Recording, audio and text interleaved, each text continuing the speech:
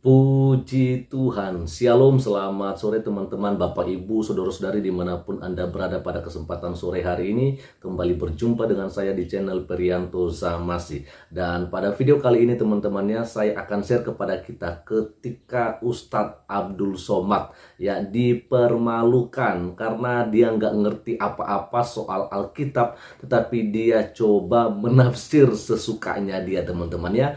Dan sebelum kita melihat bagaimana tanggapan dari Pak Esra Soru, kita akan melihat dulu bagaimana yang disampaikan oleh Ustadz Somad lewat video yang satu ini.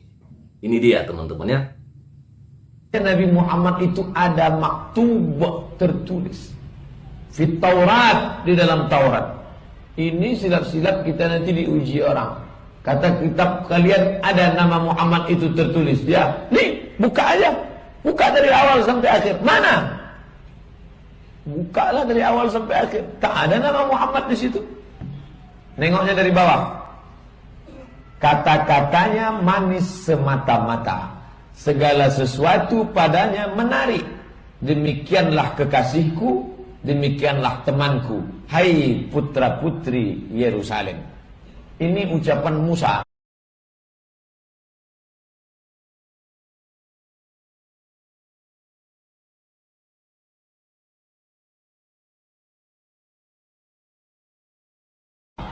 Musa bercerita bahwa akan ada nanti nabi terakhir, orangnya kata-katanya manis, segala sesuatu padanya menarik, demikianlah kekasihku, demikianlah temanku. Dia kekasihku, dia temanku. Hai putra-putri Yerusalem. Inggrisnya, his voice and speech are exceedingly sweet. Yes, he is altogether lovely. Ini yang jadi masalah. Terjemahan Indonesia diambil dari terjemahan Inggris. Terjemahan Inggris diambil dari mana? Bahasa Ibrani. Kalau dilihat bahasa Ibrani yang asli, di situ tertulis Muhammadim. Muhammadim itu artinya apa? Diterjemahkan mereka ke dalam bahasa Inggris, altogether lovely. Bahasa Indonesianya, segala sesuatu padanya menarik. Makanya terjemahan Inggris Al-Quran, ada orang Inggris namanya Pictol Marmadok. Kata dia, Muhammad itu adalah a collection of the best. Segala yang the best, the best, the best, the best. The best cakapnya, the best penampilannya, the best ekonominya, the best politiknya. The best itu rancak nan elok wana. Segala yang elok-elok nan mantap-mantap ada pada diri Muhammad SAW. Itu kata terjemah dia, altogether lovely, segala sesuatu padanya menarik. Salahkah terjemahan itu? Tak salah. Terjemahan ini tak salah. Lalu salahnya di mana? Yuharrifunal kalima ammawadhihi. Dirobahnya kata Muhammadin sehingga kata itu hilang.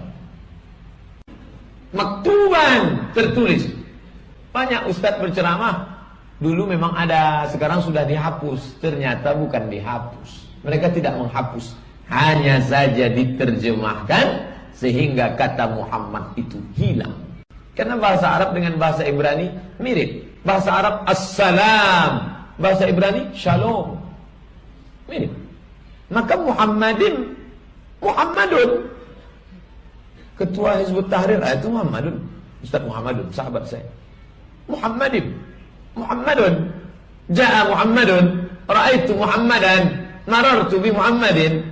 Muhammad, terpuji, menarik, simpatik, karismatik. Itulah Muhammad sallallahu alaihi wasallam.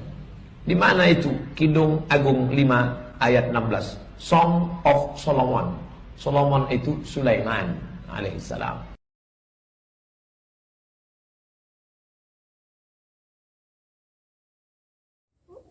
Oke, dan kita sudah melihat bagaimana kekeliruan yang sudah disampaikan oleh Ustadz Abdul Somad.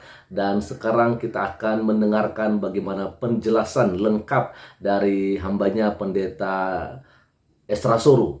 Ya, mari kita ikuti dari awal sampai selesai lewat video yang satu ini. Ini dia. Nah, mari kita simak. Kidung Agung 5:16 bunyinya.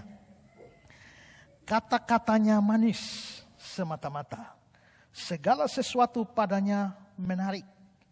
Demikianlah kekasihku, demikianlah temanku, hai putri-putri Yerusalem. Ada Muhammad di situ? Ya, kalau lihat di Alkitab Indonesia tidak ada. Nah, tapi mereka bilang kalau memeriksa bahasa aslinya, maka akan nampak bahwa itu nama Muhammad. Nah, perhatikan, ini saya kasih teks Ibraninya dari Kidung Agung 5 ayat yang ke-16. Teks Ibraninya, Cikau mamtakim wakol mahmadim seh dodi waseh rei banot Yerusalem. Nah, itu kalau dibaca seperti itu. Nah, kalau diartikan kata per kata, maka Cikau ini artinya mulutnya, tapi nya-nya laki-laki. Ya, nya laki-laki. Jadi ini mulut seorang laki-laki. Mamtakim itu artinya senantiasa manis. Jadi mulut seorang laki-laki yang senantiasa manis. Wakol seluruh atau segala. Mahmadim yang diinginkannya seh. Ini laki-laki ya. Nah, segala yang diinginkannya ini atau laki-laki ini, Dodi adalah kekasihku. Laki-laki ini adalah kekasihku dan ini adalah waseh rei. Ini adalah teman-temanku. Banot putri-putri Yerusalem. Yerusalem. Ya. Nah, perhatikan yang saya kasih lingkaran itu. Kata mahmadim. Mahmadim itu karena ditulis dalam bentuk jamak. Tapi kata dasarnya itu adalah Mahmad. Nah, bukankah mirip antara Mahmad dengan Muhammad? Nah, karena itu mereka percaya Mahmad ini itu adalah nama untuk Muhammad. Nah, sekarang saya mau menanggapi. Ya. Pertama, rasanya lucu kalau umat Muslim percaya nama nabi mereka dicatat di dalam kitab Kidung Agung. Padahal mereka biasa menuduh bahwa kitab Kidung Agung itu adalah kitab porno. Ya kan? Kitab Kidung Agung itu adalah kitab porno. Mana mungkin firman Allah porno begini? Nah, kalau mereka persoalkan tidak mau terima kitab Kidung Agung sebagai firman Allah karena porno, tapi sekarang percaya bahwa nama Muhammad itu ada dalam kitab Kidung Agung, artinya mereka harus terima bahwa kitab nama Muhammad ada dalam kitab porno. Setuju? Ya. Dan karena pornonya maka dianggap bukan firman Allah, maka berarti nama Muhammad ada. Katakanlah ada, tapi itu bukan firman Allah. Kalau ikut pikiran mereka. Ya, ikut pikiran mereka. Jadilah aneh bahwa mengolok-olok kitab Kidung Agung sebagai kitab porno, tapi sekarang karena ada kata Mahmad di dalam situ lalu diartikan Muhammad dan mereka lupa konsekuensinya bahwa itu berarti nabi mereka namanya tercatat dalam kitab porno. Nah, sekarang yang kedua, tanggapan saya yang kedua adalah ingat, kalau kita studi kata ini studi kata bahasa asli. Studi kata bahasa asli itu adalah caranya kita tidak bisa, ini namanya studi kata, kita tidak bisa bersandar pada bahasa terjemahan, tapi pada bahasa asli. Mau mengartikan satu kata dalam bahasa asli, cara yang harus dilakukan adalah memeriksa kata itu muncul tidak di dalam ayat-ayat yang lain di seluruh kitab suci. Kalau misalnya kata Yunani, ya, misalnya logos. Kita mau artikan logos ini apa? Maka di dalam bahasa Yunani untuk Yohanes 1, ya, NRK, enho logos. Nah, begitu. Ini kata logos muncul di dalam Yohanes 1 ayat 1. Kalau mau tahu apa artinya logos secara umum, maka jangan hanya lihat Yohanes 1 ayat 1. Periksa kata logos ini di dalam bahasa Yunani. Dia muncul di ayat mana saja, di seluruh perjanjian baru. Supaya kita melihat bahwa apakah kata itu hanya punya satu arti di seluruh munculnya, dia hanya punya satu arti tunggal. Ataukah kata logos itu bisa punya arti 1, 2, 3, 4, dan lain sebagainya. Ya. Itu penting.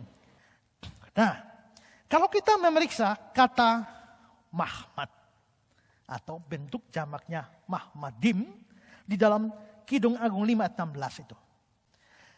Kata Mahmad ini dia muncul di perjanjian lama di ayat mana saja. Dia muncul ada 12 di dalam 12 ayat di seluruh perjanjian lama yang ayat-ayatnya saya berikan ini. Ya, saya berikan di sini ada 1 Raja-Raja 26, 2 Tawarikh 36 ayat 19, Kidung Agung 5 ayat 16 yang jadi persoalan sekarang, Yesaya 64 ayat 11, Ratapan 1 ayat 10, Pasal 2 ayat 4, Yeskiel 24 ayat 16, 21, 25, Hosea 9, 6, 16, Yoel pasal 3 ayat 5. Nah, saya akan coba kita lihat, saya kutip beberapa supaya kita lihat medan maknanya itu apa saja dari kata Mahmad ini. Yesaya 64 ayat 11. Bait kami yang kudus dan agung, tempat nenek moyang kami memuji-muji engkau. Sudah menjadi umpan api, maka milik kami yang paling Mahmad sudah menjadi reruntuhan. Ya, Mem, Ket, Mem, Dalet. Kata yang dipakai di dalam bahasa Ibrani. Jadi, milik kami yang paling Mahmad sudah menjadi reruntuhan. Di situ diterjemahkan apa Mahmad? Apa? Indah. Berarti Mahmad itu berarti ya, berarti indah. Ya. 1 Raja-Raja 26. Tetapi besok, kira-kira pada waktu ini aku akan menyuruh pegawai-pegawaiku kepadamu. Dan mereka akan menggeledah rumahmu dan rumah pegawai-pegawaimu. Maka segala yang mereka lihat dan ingini dan Mahmad akan mereka ambil dan mereka bawa. Maka di 1 Raja-Raja 26 Mahmad diartikan diingini. Yang tadi indah. Yang ini diingini. Jadi yang ini saya betul-betul menginginkannya. Yang ini diingini oleh saya. Ini Mahmad. Diingini. Ratapan 2 ayat 4. Hosea 9 ayat 16. Efraim telah dipukul. Akarnya telah menjadi kering. Mereka tidak akan menghasilkan buah. Bahkan sekalipun mereka melahirkan anak, aku akan mematikan buah kandungannya yang Mahmad. Di situ diartikan yang berharga. Berarti Mahmad itu berarti diingini atau indah, bisa juga berharga. Ratapan 2 ayat 4. Dia membidikan panahnya seperti seorang seteru dan mengacungkan tangan kanannya seperti seorang lawan. Membunuh segala yang Mahmad mata dalam kemah putri Sion dan memuntahkan geramnya seperti api. Di sini kata yang diterjemahkan dari Mahmad adalah menyenangkan. Maka Mahmad artinya menyenangkan. Yeskiel 24 ayat 16. Hai anak manusia, lihat, aku hendak mengambil daripadamu dia yang sangat kau Mahmad. Seperti yang kena tulah dan seterus. Berarti Mahmad itu diterjemahkan dicintai. Nah kalau sudah survei begini, maka kita bikin kesimpulan. Mahmad itu artinya apa? Yang menarik, diingini, berharga, dicintai. Nah, begitu ya? Mesti artikan dan menyenangkan. Sesuatu yang diingini, sesuatu yang berharga, sesuatu yang indah, sesuatu yang dicintai dan menyenangkan. Karena itu maka di dalam beberapa kamus atau dictionary Brown River Briggs Hebrew Definition, dia menerjemahkan desire, suatu keinginan, desirable things, sesuatu yang diinginkan atau pleasant thing, atau sesuatu benda yang menyenangkan. juga sama dengan strong Hebrew in the Greek dictionary, delightful, ya, delight atau object of affection or desire, objek dari sesuatu yang diinginkan atau dirindukan, sesuatu yang baik, sesuatu yang dicintai. Itu kira-kira arti dari Mahmad. Nah, berarti itu medan makna dari Mahmad. Sedangkan Muhammad itu artinya adalah yang terpuji. Tapi kita tidak melihat arti Mahmad itu terpuji. Mahmad punya arti apa tadi? Sesuatu yang menyenangkan, sesuatu yang indah, sesuatu yang berharga, sesuatu yang dicintai, apa lagi? Sesuatu yang diingini. Tapi yang terpuji tidak ada. Ini Mahmad. Sedangkan Muhammad itu artinya yang terpuji. Nah, kalau memang kata yang terpuji, kita mesti lihat apakah kata puji ini ada dalam bahasa Ibrani? Ada. Untuk kata puji dalam bahasa Ibrani itu ada 3 kata yang dipakai untuk puji. Ya, yang pertama adalah hodu, ya. Itu muncul dalam Mazmur 140:14. Yang kedua adalah halel, 1 Tawarik 16 ayat 36, dan yang ketiga adalah nawa. Jadi ada hodu, ada halel, dan ada nawa. Jadi kalau memang nama Muhammad itu artinya yang terpuji, mestinya dikaitkan dengan 3 kata Ibrani ini, hodu atau halal atau nawa. Tidak bisa dengan Mahmad, karena Mahmad punya arti ini. Ya, jadi di sini dia mau mengartikan Mahmad ditarik dengan Muhammad, tapi ternyata kandungan atau medan maknanya itu tidak sama.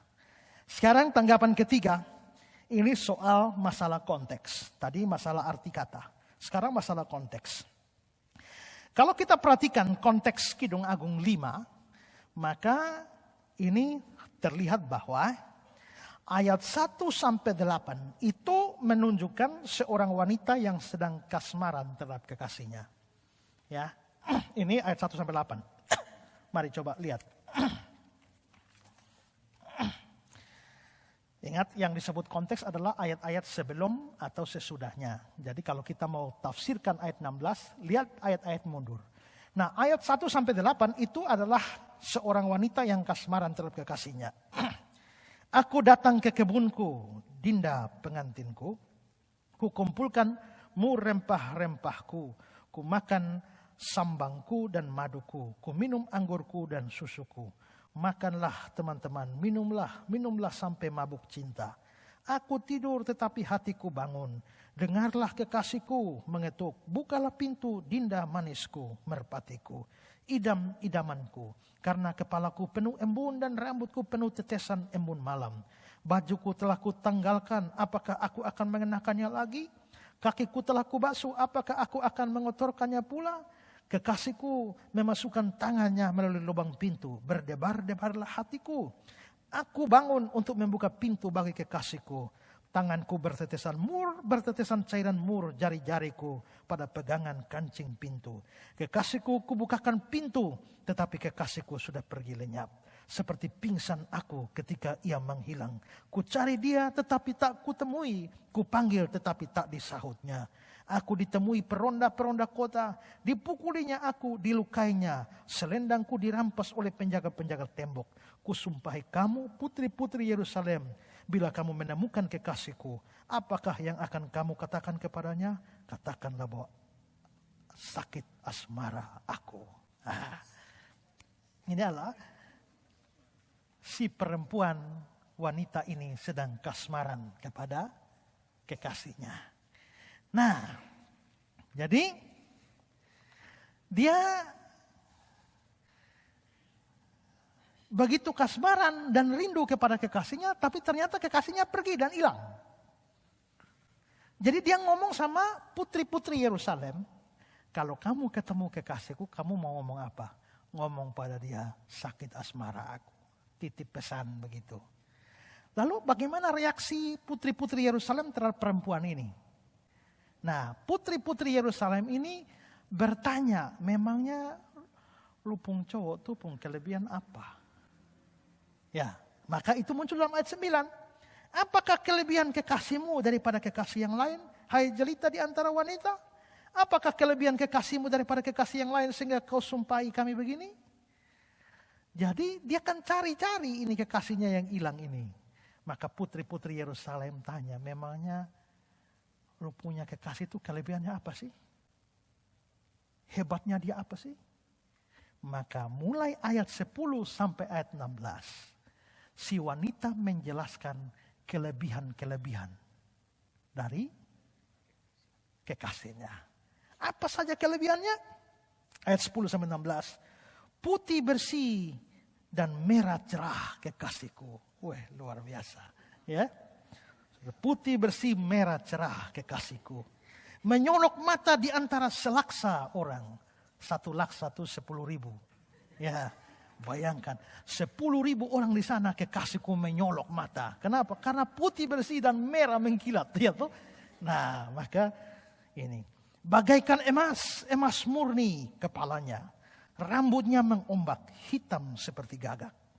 Matanya bagaikan merpati pada batang air, bermandi dalam susu, duduk pada kolam yang penuh. Pipinya bagaikan bedeng rempah-rempah. Bayangkan ada bedeng ini. Pipinya bagaikan bedeng rempah-rempah, petak-petak rempah-rempah akar. Bunga-bunga bakung bibirnya bertetesan cairan mur. Tangannya bundaran emas berhiaskan permata Tarsis. Tubuhnya ukiran dari gading bertabur batu nilam. Kakinya adalah tiang-tiang marmer putih bertumpu pada alas emas murni. Perawakannya seperti gunung Libanon, terpilih seperti pohon-pohon aras. Kata-katanya manis semata-mata, segala sesuatu padanya menarik. Demikianlah kekasihku, demikianlah temanku, hai putri-putri Yerusalem. Demikianlah kekasihku. Berarti ayat 10 sampai ayat 16 itu deskripsi terhadap sang kekasih. Maka gambaran dia tentang sang kekasih adalah dia tuh fisiknya begini, ya kan? Dia itu sifatnya begini dan lain sebagainya. Nah, itu berarti termasuk ayat 16 yang lagi dipersoalkan. Nah, kalau begitu coba pikirkan, apakah ayat ini tidak jadi aneh kalau tiba-tiba di dalam deskripsi tentang kelebihan sang kekasih muncul sebuah nama diri di dalam ayat itu. Maka kira-kira kalau begitu dipaksakan bunyinya begini. Kata-katanya manis semata-mata, segala sesuatu padanya Muhammad. Demikianlah kekasihku, demikianlah temanku. Ini Muhammad ini kan nama diri, personal name. Bagaimana bisa satu nama diri dimasukkan atau dipaksa masuk ke dalam satu gambaran tentang kelebihan? Ini lagi omong kelebihan.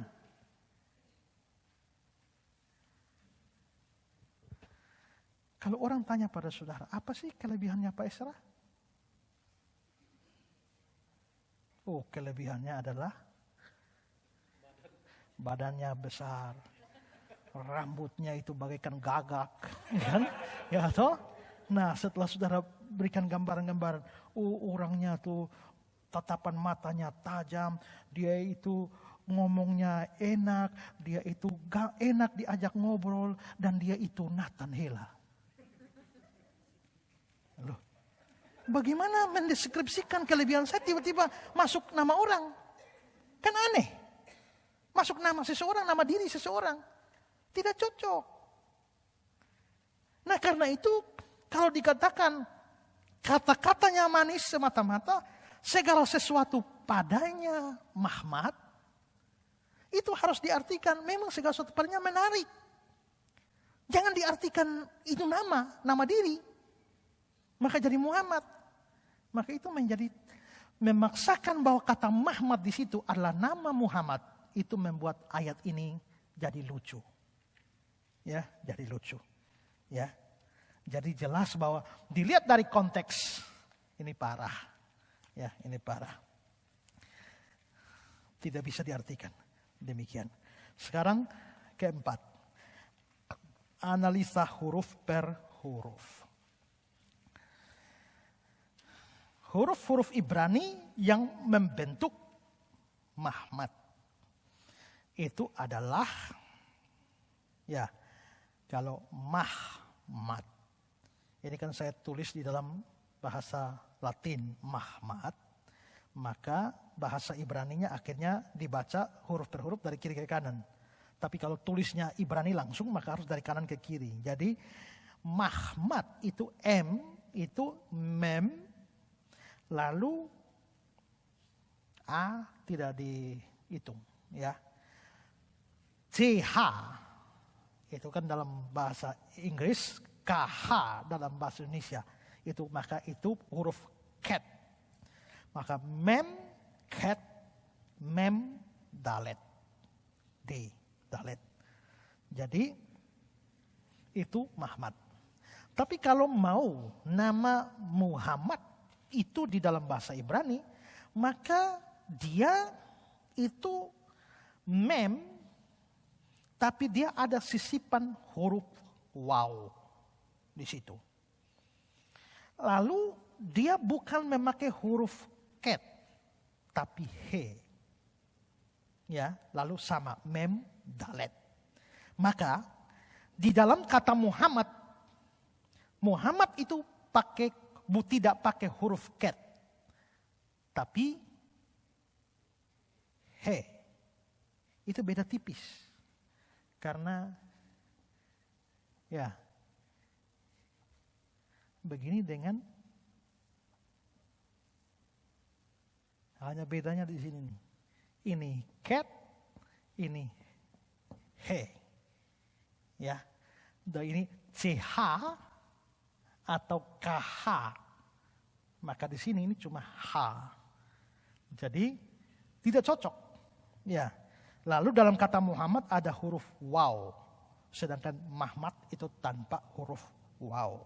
Jadi itu berarti bahwa dari sisi penulisan memang Mahmad dan Muhammad itu beda. Tidak bisa dipaksakan. Ya. Nah itu keempat. Sekarang tanggapan yang kelima. Ya, terakhir. Kalau kata Mahmad dalam Kidung Agung 5 ayat 16 dianggap sebagai nama Muhammad. Lalu bagaimana dengan kata Mahmad yang muncul di dalam ayat-ayat yang lain yang tadi sudah saya tunjukkan? Kalau itu mau diartikan nama diri Muhammad, mari kita lihat kira-kira ayat itu bunyinya bagaimana. Kalau Mahmad semua mau diartikan Muhammad. Coba 1 Raja-Raja 20 ayat 6. Tetapi besok kira-kira pada waktu itu aku akan menyuruh pegawai-pegawaiku kepadamu dan mereka akan menggeledah rumahmu dan rumah pegawai-pegawaimu. Maka segala yang mereka lihat dan Muhammad akan mereka ambil dan mereka bawa. Bagus ayatnya. Ya. Ratapan 2 ayat 4. Ia membidikan panahnya seperti seorang seteru dengan mengacungkan lengan kanannya seperti seorang lawan. Membunuh segala yang Muhammad mata dalam kemah Putri Sion. Ya. Yesaya 24:16. Hai anak manusia, lihat, aku hendak mengambil daripadamu dia yang sangat kau Muhammad, seperti yang kena tulah. Aneh ya ayatnya. Yeskiel 24:21. Katakanlah kepada kaum Israel, beginilah firman Tuhan Allah. Sesungguhnya aku akan menajiskan tempat kudusku. Kekuasaanmu yang kau banggakan, Muhammad bagi matamu dan bagi jiwamu. Ya. Hosea 9:16. Efraim telah dipukul, akarnya telah menjadi kering, mereka tidak menghasilkan buah. Bahkan sekalipun mereka melahirkan anak, aku akan mematikan buah kandungannya yang Muhammad. Karena jadi kacau ayatnya. Kalau Mahmad mau diartikan nama diri. Ya, nama diri. Kalau mereka bilang begini, oh bukan nama diri, tapi itu artinya. Lah artinya Muhammad apa? Yang terpuji. Nah kalau yang terpuji tidak cocok dengan Mahmad. Yang terpuji itu cocok dengan Hodu atau Halil atau Nawa. Tidak cocok dengan Mahmad. Tapi kalau mau dipaksa Mahmad itu Muhammad, ya jadi kacauin ayat semua. Ya, maka dari sini jelas bahwa semua kesimpulan saya adalah menganggap bahwa Muhammad atau Muhammadim dalam Kidung Agung 5:16 sebagai nama Muhammad lagi-lagi menunjukkan upaya paksa memasukkan Muhammad ke dalam teks kitab suci. Kedua, dalam ilmu bahasa dikenal ada 3 istilah. Homograf. Homograf itu tulisannya sama tapi artinya beda. Kedua, homofon, itu ejaannya sama namun arti beda. Ketiga, homonim, katanya sama tapi artinya beda. Nah, dalam kasus yang mereka Muhammad dengan Muhammad, ini kasusnya homofon. Ejaannya sama, artinya beda. Jadi antara Muhammad dengan Muhammad, nah itu bunyinya mirip tapi maknanya beda. Tapi dasar baingau dong, bunyi beda mereka anggap sama, lalu menganggap bahwa nama Muhammad ada di dalam Alkitab Kristen. Dengan demikian ini tidak benar. Ya. Oke, dan itulah teman-temannya yang bisa kita dapatkan dari apa yang disampaikan oleh Pak Pendeta Esra Sulu pada saat sore hari ini. Dan pesan saya kepada Ustadz Abdul Somad, kalau boleh Anda harus bertobat, Pak. Maksud saya begini, ya, Anda jangan pernah mencoba menafsirkan sesuka Bapak gitu ya, soal kitab suci orang lain, termasuk Alkitabnya orang Kristen, karena Anda nggak ngerti soal itu. Mendingan Anda ceramah baik dan jangan melakukan provokasi-provokasi untuk memecah belah yang namanya persaudaraan kita sebagai anak bangsa di Indonesia ini. Ya, itu saja pesan saya. Jadi udahlah ya, Anda sebagai seorang ustadz sampaikan ceramah yang baik kepada jemaah-jemaah Anda, yaitu orang muslim, dan kami sebagai hamba Tuhan atau pendeta, kami cukup menyampaikan firman Tuhan ya, agar mereka juga boleh mengerti firman Tuhan dan menjadi pelaku firman Tuhan. Oke, sekian saja dulu untuk sore hari ini dan Tuhan Yesus memberkati kita semua. Shalom.